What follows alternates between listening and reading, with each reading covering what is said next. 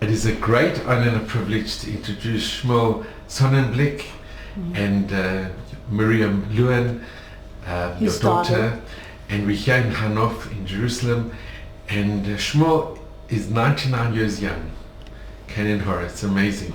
So Miriam, if you could tell us a little bit about your father and the history and the roots of your family. Yeah. Well, from my father's side, he was born in Poland in 1924. So he's 99, Kanai as they say, Ad Mea V'Esrim. And I think even his grandparents were also in Poland, so I don't know how many generations back, but they originated from Poland. Yeah, my father's not very talkative now, but he was a very productive man throughout his life. Till age 93, he was very active, dancing, going, coming, doing like everything. And he even wrote a piece of music at age 93 that they they sang in a choir. And he was a very active man, but COVID in the last few years, it takes its toll. What can I say? Yeah, so we won't talk about COVID. We're here to talk about his history. So, as I said, he was born in 1924 in a city called Yarosław in Poland. Yarosław was in Galicia, but close to the Russian border, the eastern part of Poland.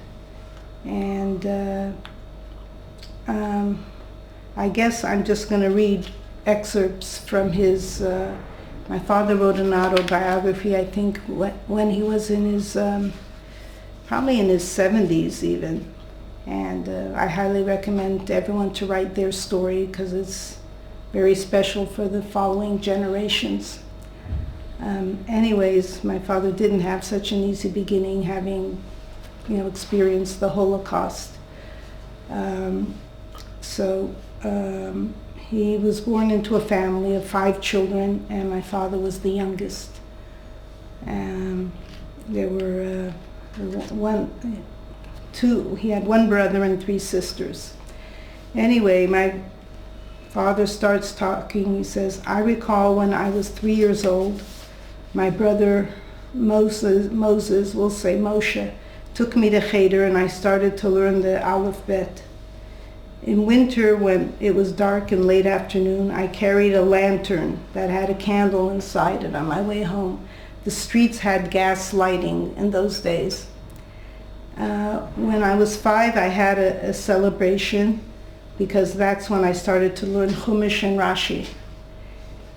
At the age of 7, Gemara studies started. Wow, that's early. I started elementary school, the Polish school, when I was 6, and I used to go to Cheder in the afternoon. This arrangement continued for 7 years. So I guess he was about 13. After my bar mitzvah at age 13, I started working as a messenger in a bank from 10 in the morning till 4 in the afternoon. I also attended a middle school. The classes went from 7 in the morning till 10 in the morning, and then in the evening again.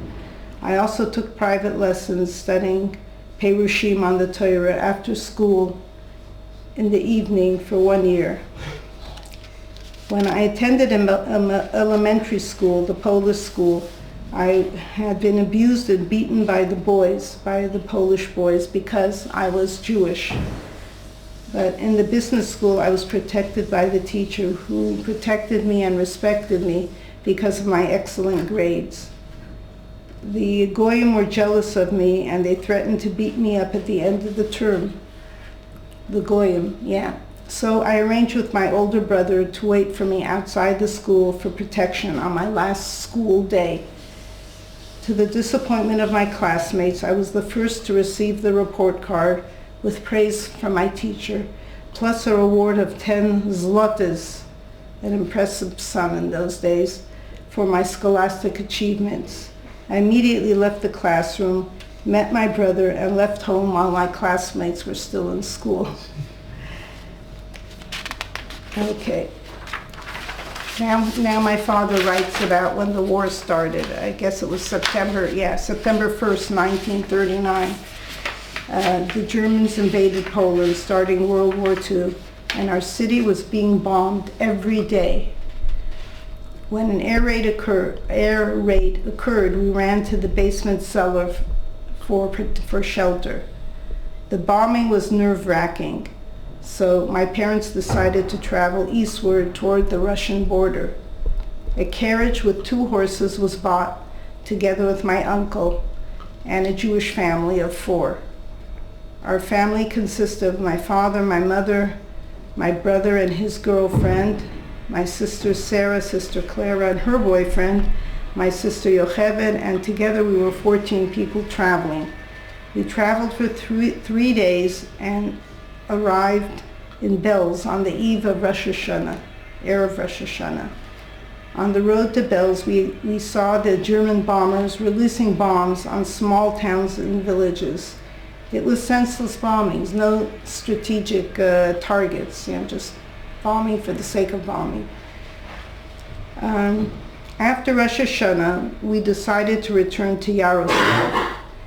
Halfway back, we found ourselves on the front battle line.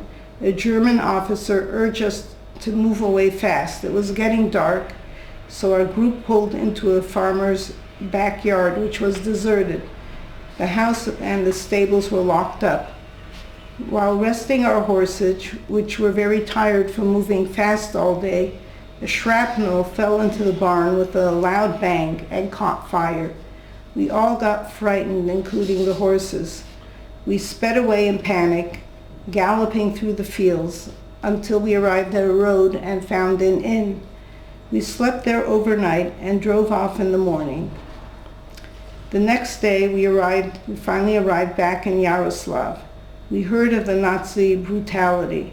They chose 10 respectable men from our city and just shot them. It included the bank owner I worked for. So it was difficult going back.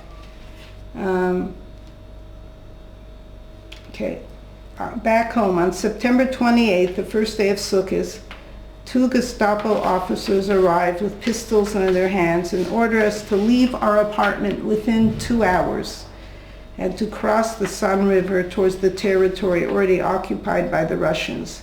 This was done to all the Jews of the city. We could take along belongings, what we could carry on our bodies only.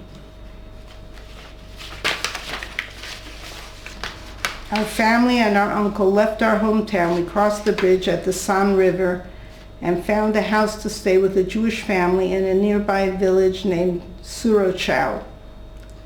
About 50 Jewish refugees stayed in the 3 rooms there. Can you imagine 50 people in 3 rooms? There were rumors that the Germans would allow someone from the family to return to our previous dwellings for just a few hours to get some of our belongings. After a few days, permission was given of 2 hours. My brother rented a horse and carriage, drove to our apartment to find that everything valuable was gone and stolen from our apartment. There was nothing left. So he came back. While we were in the village, Russian soldiers would come and try to buy items they were attracted to, especially wristwatches. The Russian soldiers looked drab. They wore soiled uniforms, unlike the Polish soldiers who always had a neat appearance. I sold my old wristwatch to a Russian soldier that would work after being shaken for 30 rubles. Since there was no reason to return to our native town, we decided to leave the village and move to a nearby town called Rawa Ruska. Winter arrived. In order to keep warm, my father and I walked to a forest, chopped down trees for fuel for the stove. Meanwhile, the Soviets began to shower us with propaganda of their communist paradise country. Some of our people believed and trusted them. They left to the Ukraine to work and settle. But after about 3 months, they returned disappointed with the low living standard, low wages, so they wanted to return to occupied Poland. The government imposed such a high tax. Businessmen were not making money. They had to liquidate their businesses. I imagined to buy a few rolls of paper, which I made envelopes. I would sell them to get some income. Being refugees, the Soviets did not trust us. Every so often they asked us to fill out questionnaires, inquiring about background, going back 3 generations. If the family background was not working class, they were considered bourgeois. Early in the 40s, we were asked if we would like to stay where we were or return to our native town in Poland. We trusted the Soviets then and said we would like to return to Yaroslav, since we did not like living under communism and the low standard of living in the Soviet system. So a few days later, on a Friday night in June 1940, the secret police knocked on our door in the middle of the night. They ordered us to dress and take no more than 100 kilo of our belongings down to a truck outside. Then they drove us to a railroad station where many other Jews had been taken to. We were loaded into a boxcar, about 86 people within one boxcar. There was only one Goyish couple in the car. We were so cramped, no space to move. There were 4 small windows high up at the 4 corners of the boxcar. In the center of the car, there was a primitive toilet seat with a hole in the floor. We had to do our necessities in front of other people. There was no enclosure for privacy. We did not know where we were going. The leader kept it a secret. The train kept moving from city to city until it acquired about 150 boxcars. It was driven by 2 locomotives, one at each end of the train. The train kept going, stopping in the Ukraine, smaller stations. We were rarely given bread, water, or soup. We were starving and thirsty. There was no provision to wash, so we all acquired lice. The next route, there are other names of Russian cities that they passed through.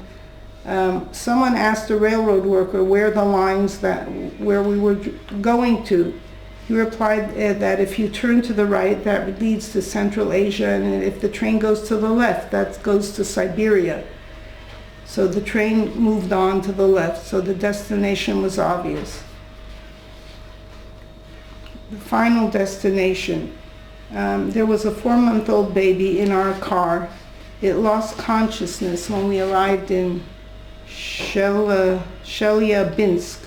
We yelled out to the soldier who was in charge of our car about the baby's situation. He did not pay any attention. It took a long time before he even addressed us about the problem. By that time, the baby had died from suffocation. The baby was removed and taken away. As a result of this incident, our new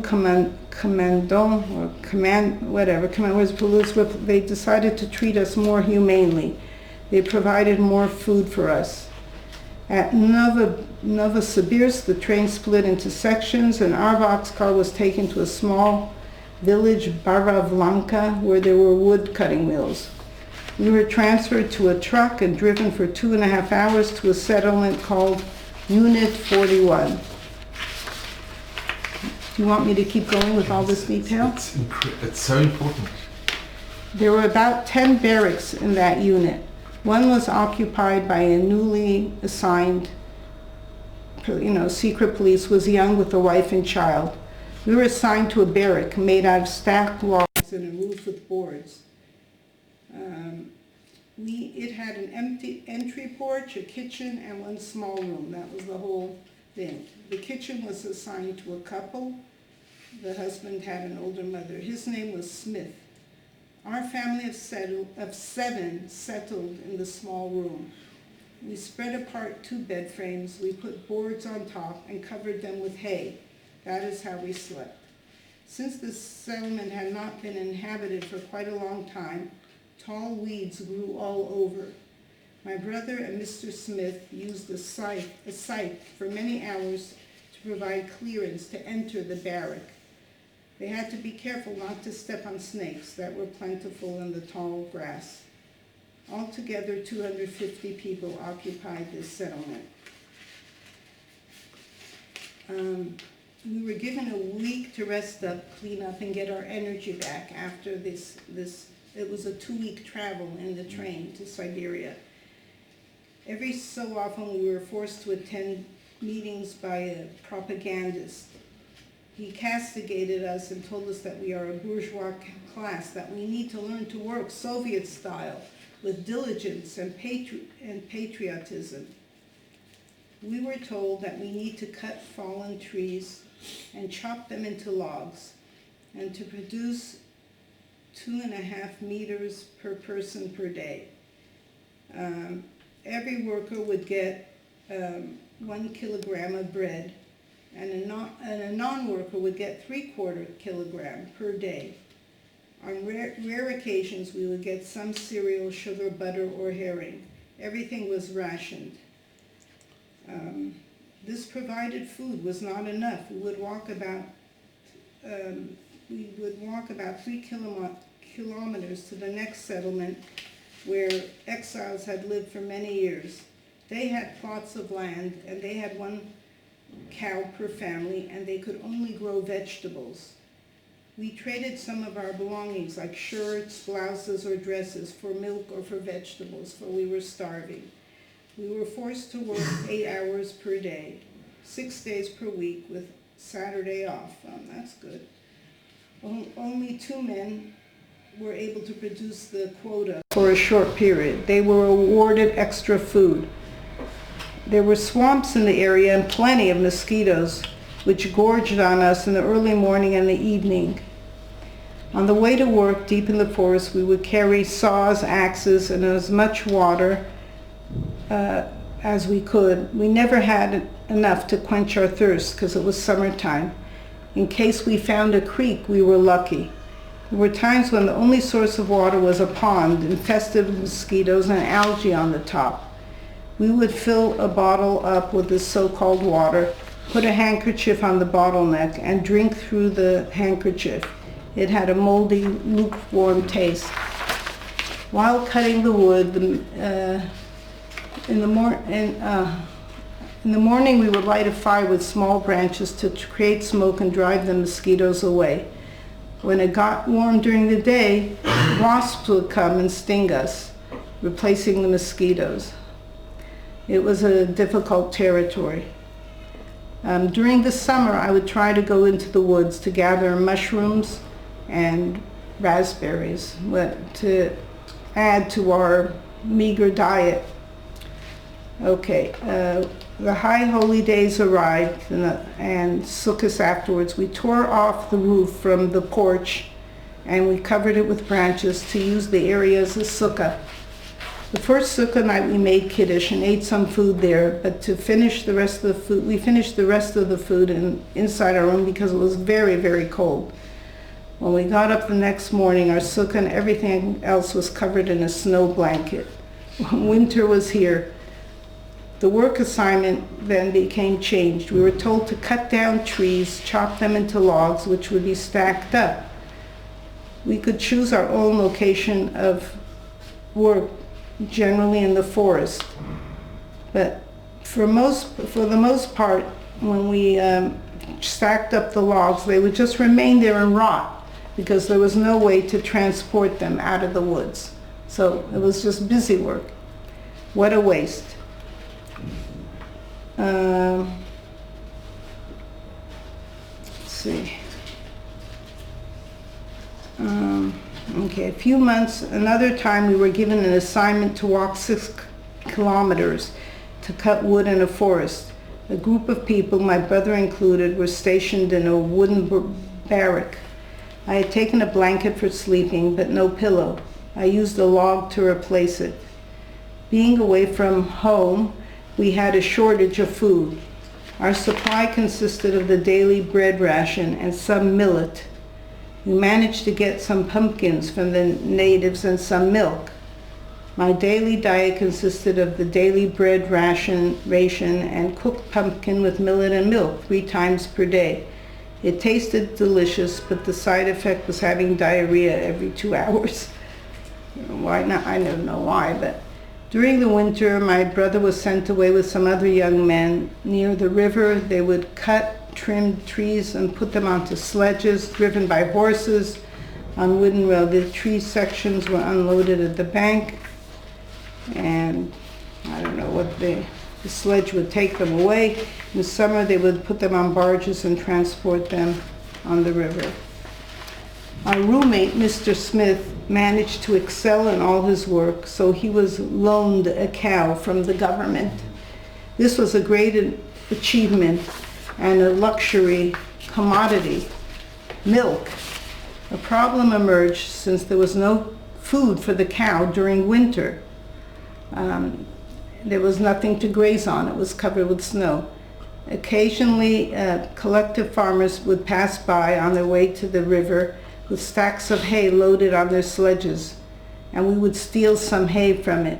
We ran out of hay most of the time, and we had to ration it to the cow.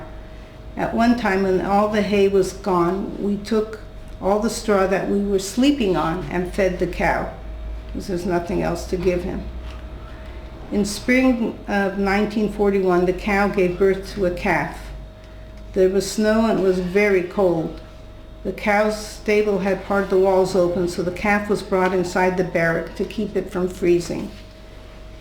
May arrived, the snow started to melt, it was getting warmer. The cow and the calf were left to feed on the grass from last year. We were allotted a small patch of land. We bought a few potatoes from the exiles of the next settlement and used the skins for planting. We were happily amazed to find a good crop of potatoes in the late summer. Let's see, well, it goes on to all their works and their projects. Maybe we should skip that. I don't know.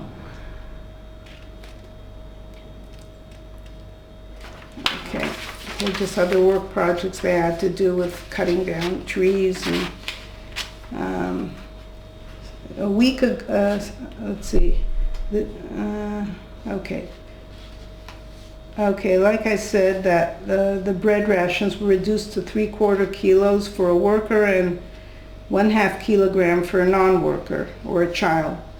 As a result, we were hungry most of the time. I recall times when I collected dandelion plants and my mother fried them into schnitzels. This was to add to our diet. The only fruit available was raspberries that I collected on a few Sundays during the season. When we were working in the meadow, we were supposed to receive our bread rations, some millet and sugar daily. These rations were supposed to arrive every second day. However, sometimes 4 or 5 days would pass before any food would arrive. We were starving most of the time. If a rainstorm with lightning and thunder would arrive, we would welcome it. No one would work. Then I would fish for trout in the river with a primitive fishing pole. Or I would walk to the next settlement and ask for food from the natives. They would give us scallions. I boiled the scallions and used them for breakfast. If I had bread with it, I would be lucky. Naturally, after half an hour, I was hungry again. A few weeks passed. My sister Sarah's feet became swollen to the size of water pails due to starvation. She was taken to a hospital in Barra Blanca for treatment.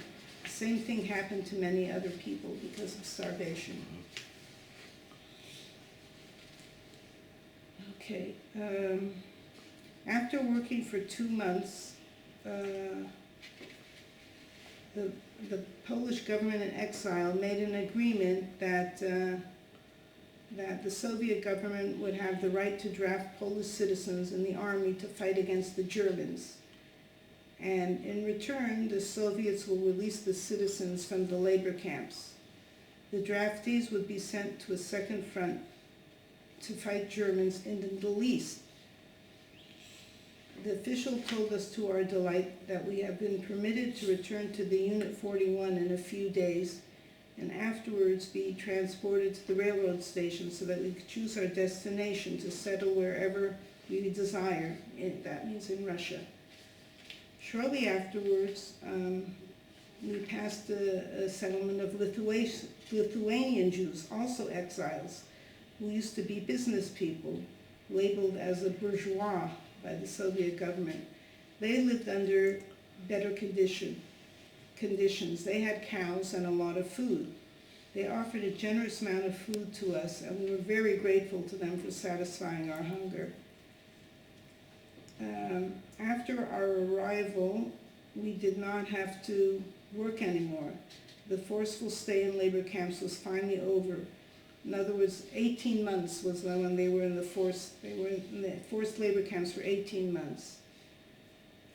We packed our belongings and were brought to the railway station in Baravlanka. This was autumn 1941. Our decision was to travel to Bisk, a primitive stretched out Asian city near the Bia River, a tributary of the Ob River.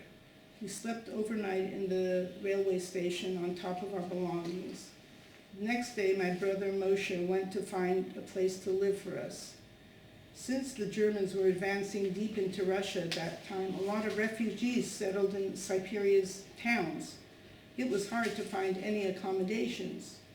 But finally, Moshe was successful and was able to rent a kitchen from a house consisting of two two-room dwellings. The room next to the kitchen was occupied by a woman. The location was in so-and-so street. There was space for only one bed, in which my mother and older sister Sarah slept. The rest of us slept on the table, crates, and I, being the youngest, I slept on the brick oven. Living conditions. My father found a job as a tinsmith in a medical factory, and then my brother got a job as a night watchman in a railroad school. My two sisters started working as dressmakers in our kitchen, and my uncle as a tailor. It was an illegal private enterprise. I was in charge of food, buying it in the farmer's market, and I was selling bars of soap that I bought from a Jewish woman who bought it from an employee of the store. It was stolen soap. My cost was 50 rubles for one bar. I could barely sell it for 55 rubles on the black market. I had to be careful not to seem by the militia, since I would be labeled as a speculator and be subject to arrest. This was not easy. It was tough to make ends meet. My father and brother were getting a salary of 200 rubles per month, but 20% was taken by the government. My father and brother were getting a ration of 3/4 kilo of bread. The rest of us who were not legally working received half a kilo of bread. We had to buy all other necessary food on the farmers or the black market. The main staple food was potatoes. The Germans were advancing deeper into Russia. More refugees were arriving and settling in Siberia, causing high inflation. There was a point when a pail of potatoes would cost 500 rubles, which people couldn't afford. Okay. Planting vegetables, they got a little bit of a plot of land. They would plant some vegetables to have more food to eat. Of course, this was only during the spring and the summer seasons. In 1942, my father said he enrolled at the Institute of Languages to study English. And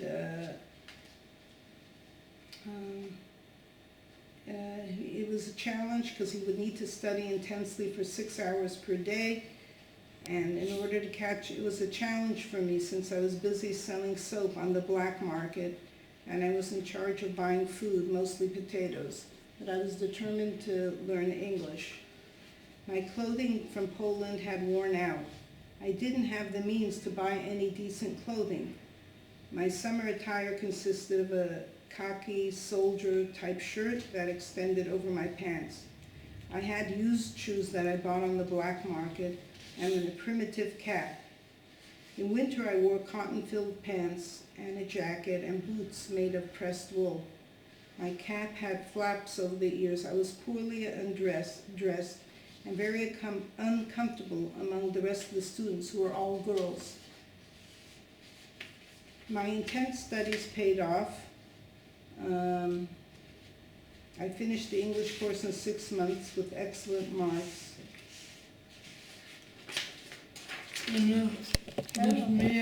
Let's go. Get an apple. I'd like to get an apple. You'd like to get an apple? I think you might have at home. You have apples, Sri? Yes. But, okay, he always says that he wants to get an apple. He doesn't know what he has here. How are you feeling? I'm feeling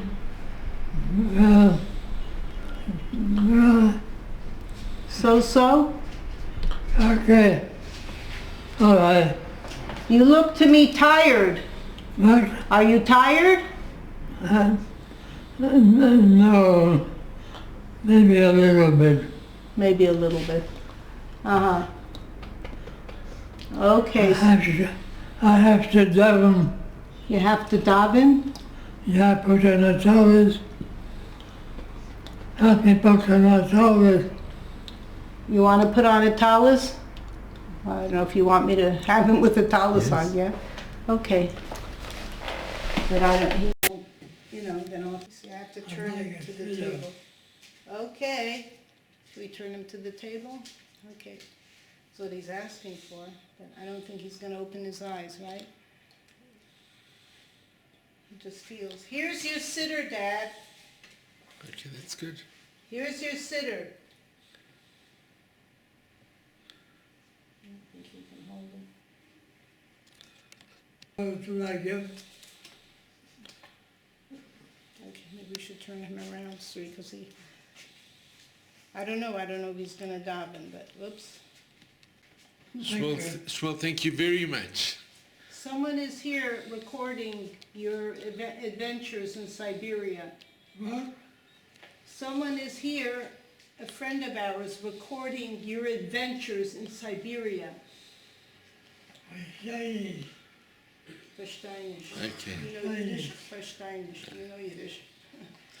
He doesn't hear well. Okay. Okay, Dad, I'm going to continue saying the story because I don't want to waste your time.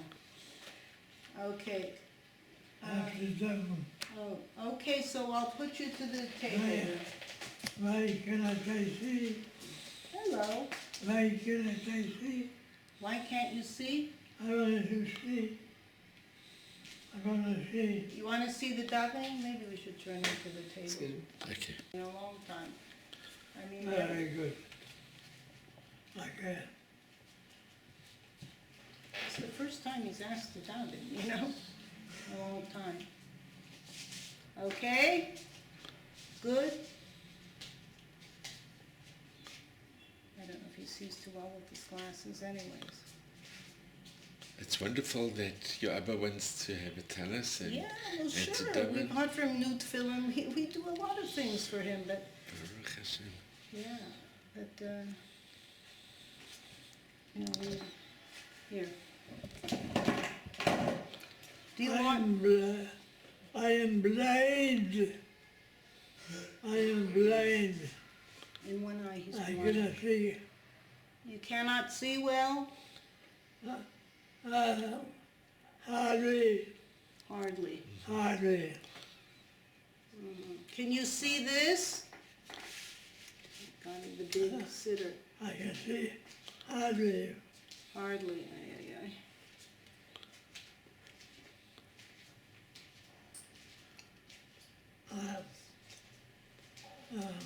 Do you want to sing Adon Olam? I'm suffering. Oh. I'm suffering Why are you suffering? because I cannot see too well. Yeah. Shmuel, can you sing Adon Olam? Can you sing? Remember Adon Olam? He used to daven, you know, for I the see, like in a fog, like in a fog. like he's in a fog. He's getting his eye drops, right? Mhm. He sees like in a fog. It's very sad. You want to sing Adon Olam? Adon Olam I say, Mula, B'Terem. it's the level. There is not subsequent as I made it to my legal. Yachai Kela Sagamana in the Knayo. How you are school. Yeah, I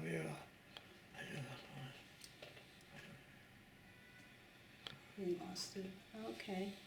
Everything by heart, of Okay. course. Yeah, because he doesn't see well.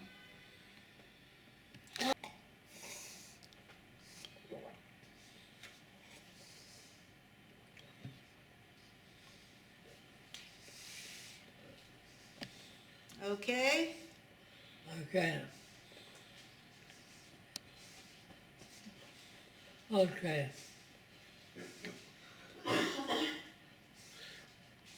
See, he had his nap before. Now he has a little wakeful time. So I'm actually blind. yeah. And Shmuel, can you say the Shema?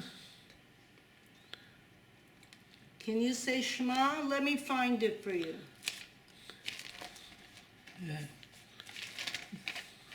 See, the reason it's so sticky is because he spilled drink on it everywhere.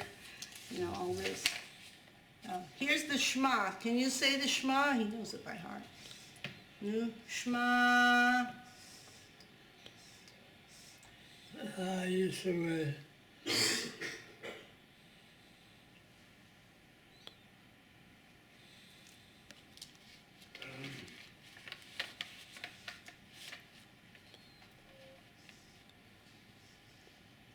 Gosh, I don't think he sees it well.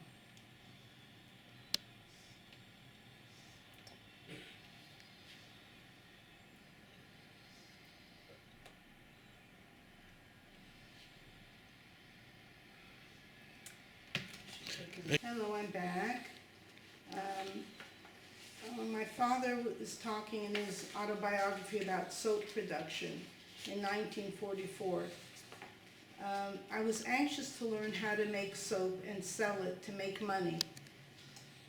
The encyclopedia in the library indicated only the ingredients for soap production, but not the proportion.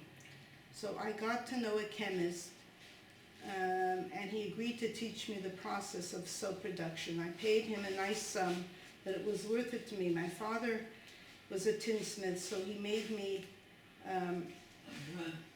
rectangular molds for cooking soap. I bought tallow, soda, and resin, and I boiled the soap. These items were not readily available on the black market, so occasionally I substituted a small amount of melt. The soap quality was slightly inferior.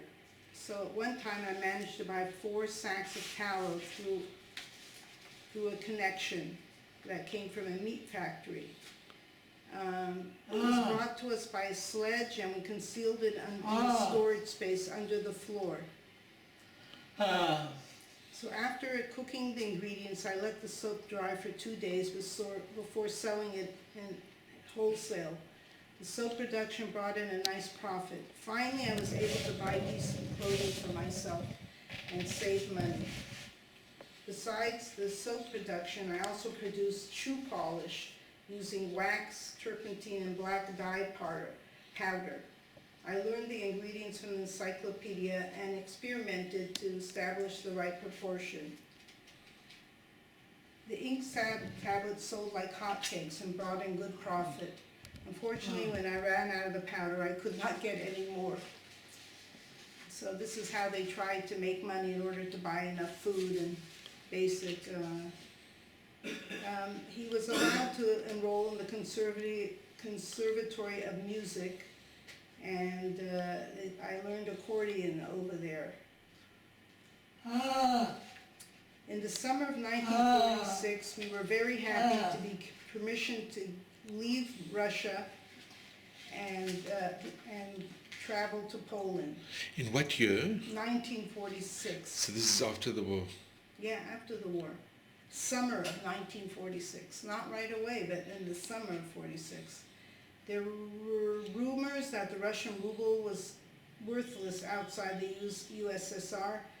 So from the money we had, we bought various clothing, like shirts and all of these items were made in the USSR and of poor quality. We thought that we could sell these items for cash in Poland, since they would be scarce after the war. It turned out later that these were all schmatas and had no value in Poland, and our money saved with difficulty would be wasted.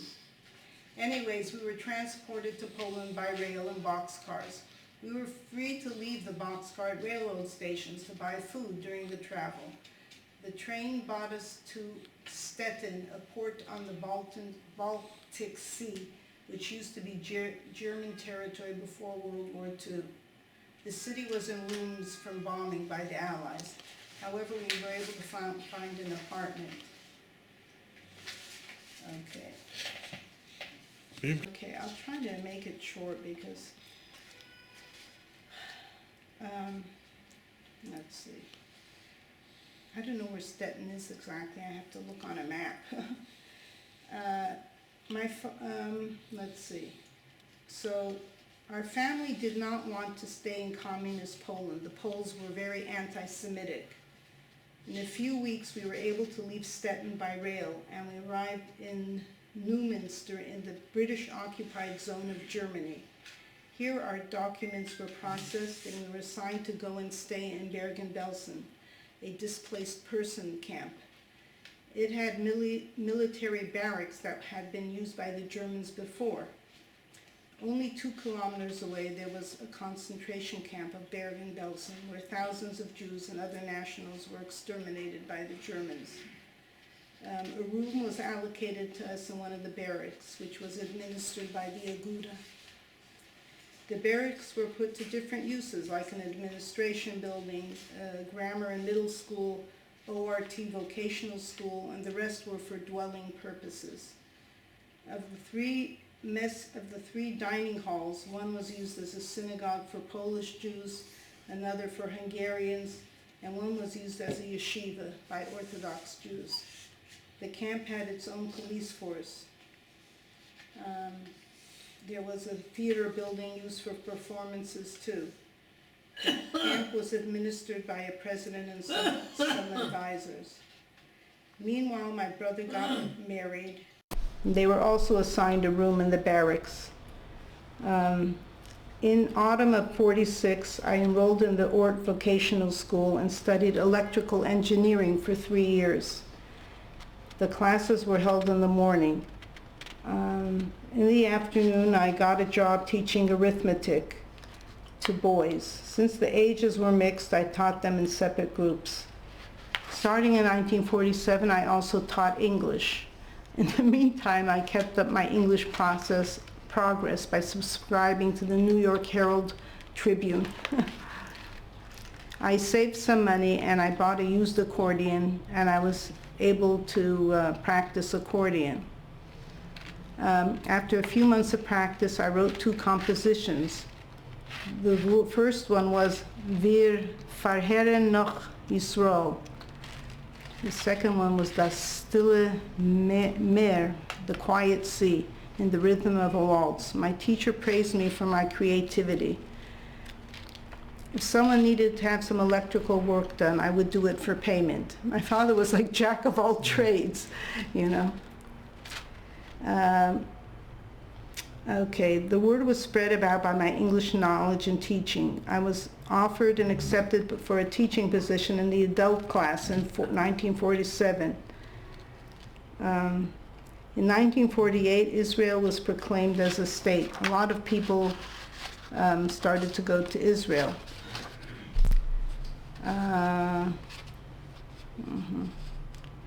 Okay. In September 1949, I enrolled in a class to study Hebrew. I studied for 1 year. The course stopped since most of the people were emigrating to Israel. My uncle Mailach and his family left Israel in June 1948. In the summer, I was asked to do an electrical job for the Weisel family. I met Rose, 6 years my junior, and started to date her. I used to take her for walks and to movies. Anyways, they got married in April 1950. My father got married in April 1950. Rose was led to the chuppah by my mother and Mrs. Ostreicher. Rose was my mother. And my father was led, at the wedding were many of Rose's siblings that had survived. The wedding took place in a big hall in Bergen Belson. We had 60 guests, a full course dinner, and German musicians who played music. Okay. After the wedding, Rose's brother made a trip to Israel. And Mendel evaluated the situation and said that living conditions were not very good in Israel, that we would be better off going to the USA. We followed his advice and registered with the USA consulate to emigrate to the USA. In the meantime, Bergen-Belsen was closed. This was already June 1950, and we were evacuated to another temporary camp. Finally, at the end of July 50, he received immigration documents. We embarked on a transport ship on the way to USA. Everyone traveling was given a job assignment. Since my English knowledge helped me in getting a job as a translator for the U.S. immigration, primarily processing the various naturals when they embarked on the ship and before arrival to New York. Okay. Upon arrival to New York, this was in 1951, they were taken to housing provided by the highest agency in temporary quarters in Lower Manhattan. I had an aunt in New York. I called her up and informed of our arrival. In the evening, they came to visit me and brought us a bouquet of flowers. We were very happy to meet each other, since we were the only Sonnenblicks from the family that came to the USA.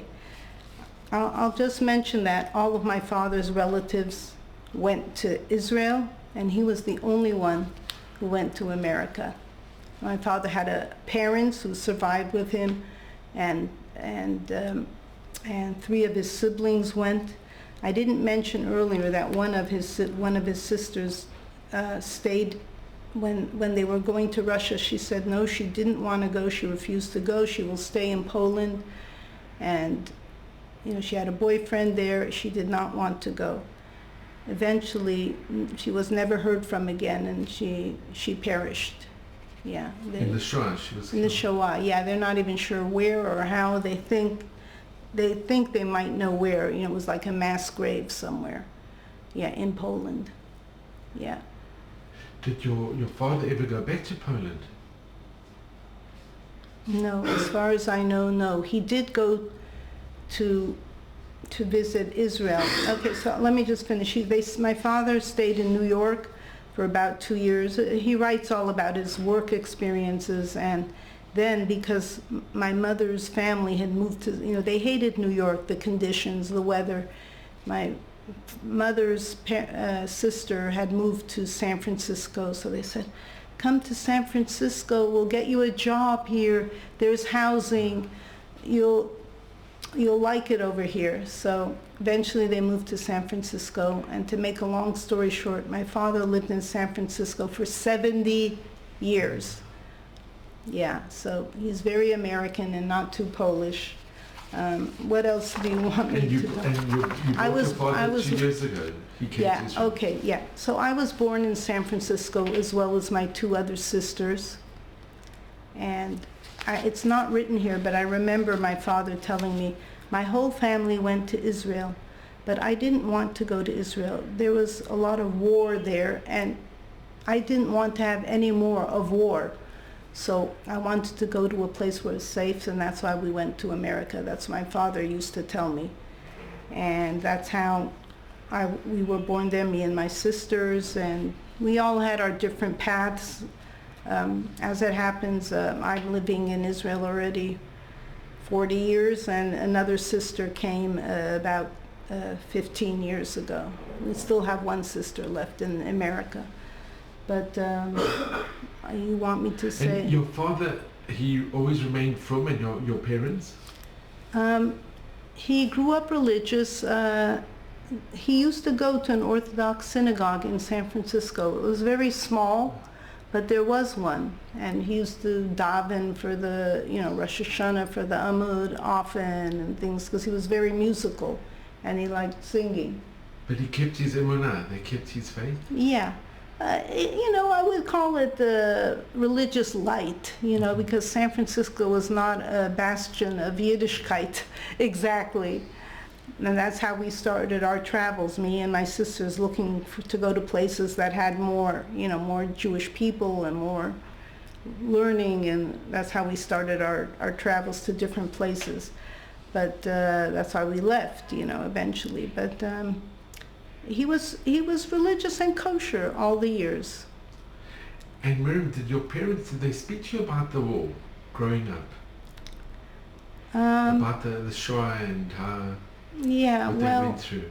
Well, my father wrote his autobiography. He didn't speak too much about it.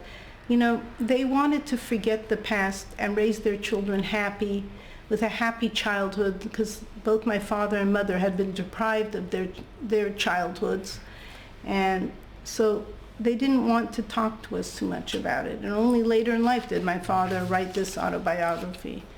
My mother was Hungarian, and she was in Auschwitz, and it was a miracle how she survived, because at one point they were lined up before Dr. Mengele, and he made a choice, was left or right. No one knew what right or left meant, like to go this way, to go that way.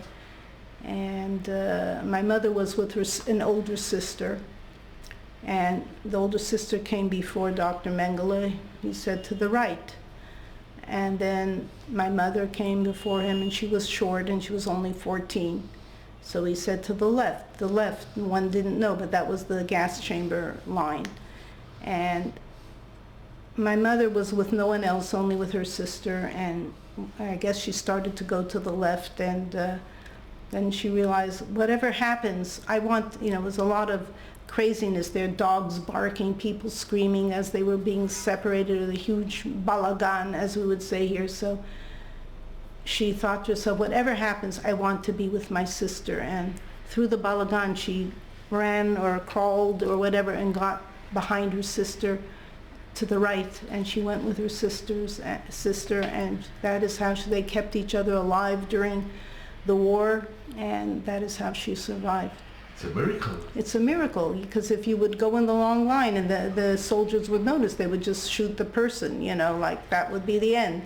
But it was a miracle. I guess Doros had to come from her, so, And so did she have survived. a number on her arm? She didn't. Some transports had and some didn't. Depended how many people were coming, if they had enough time, enough staff to do it. She didn't have a number.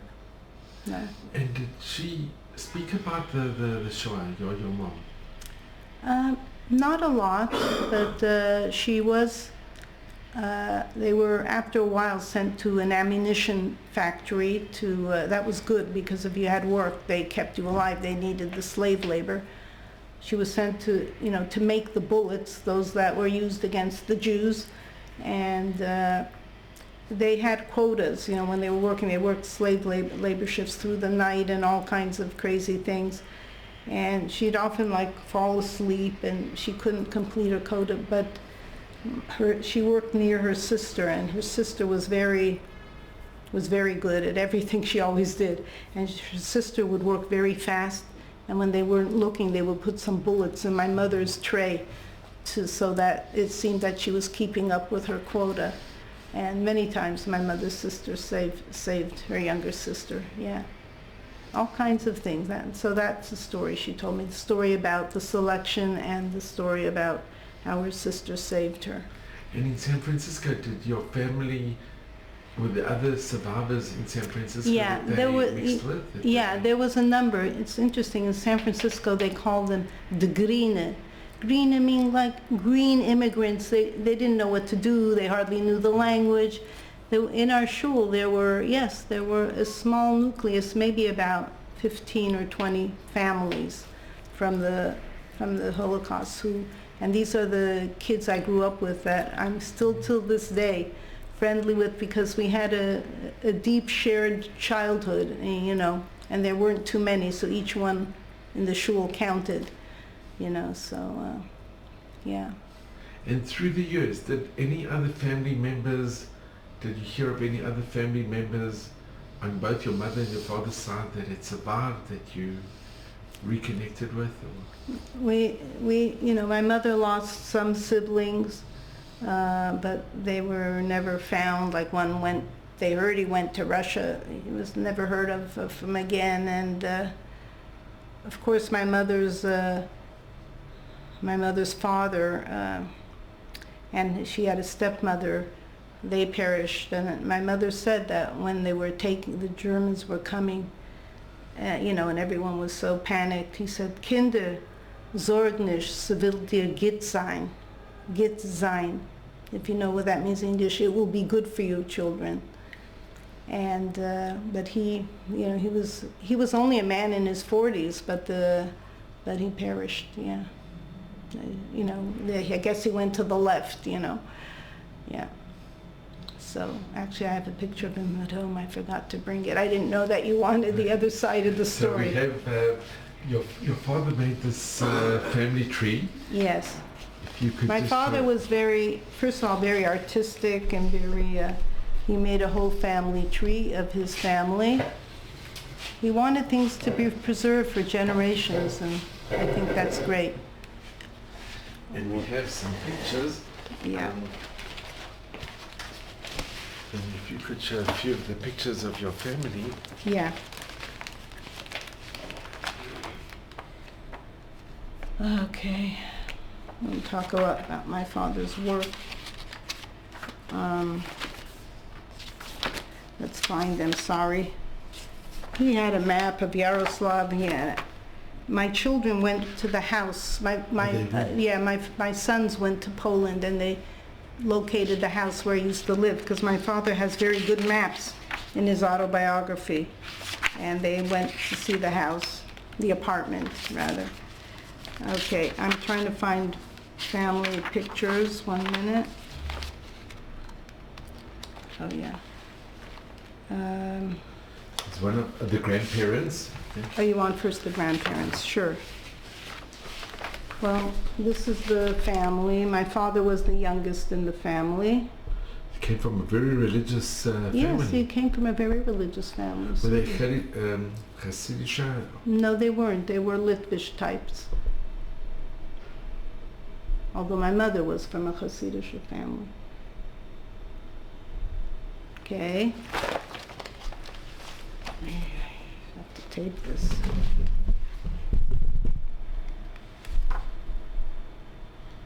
Wow. And I don't like the naked picture of my father, but that's how they used to take pictures. This is, my father was in a choir in Yaroslav in the synagogue. That's in 1931. Yeah. It's good that you're mentioning that. This is... Where's your father in this picture? In this picture, just a minute. Yeah, so here he is, the second one. He was just a boy.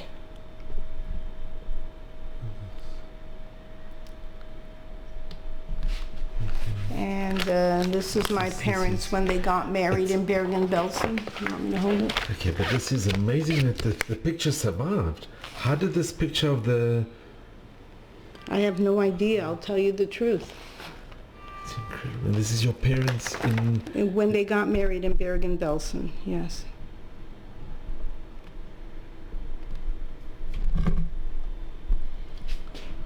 Okay.